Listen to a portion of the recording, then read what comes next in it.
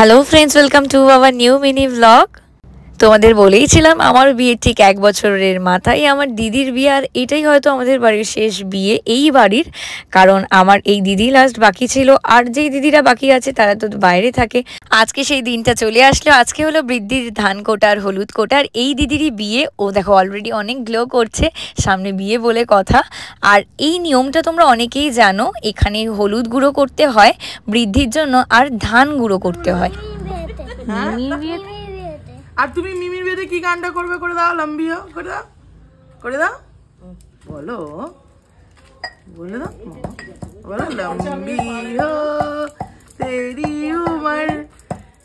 আমরা বোনেরা খুব এক্সাইটেড, আর সাথে আমার দিদির মেয়ে চুচু, ও তো অনেক বেশি এক্সাইটেড, কারণ ওর মিমির বিয়ে বলে কথা। ও নাচও তুলে রেখেছে।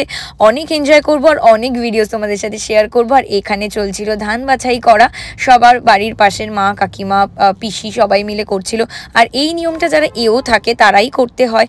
আর লাস্ট মোমেন্টে গিয়ে সবাই সিঁদুর হলুদ ছোঁয়ায়, আর সবাই সবার হাতে পান, সুপরি, রসগোল্লা তুলে দেয়। আর ওদের এই কাজটার পার্ট কিন্তু আমিও হয়েছিলাম, কারণ আমারও নতুন বিয়ে হয়েছে।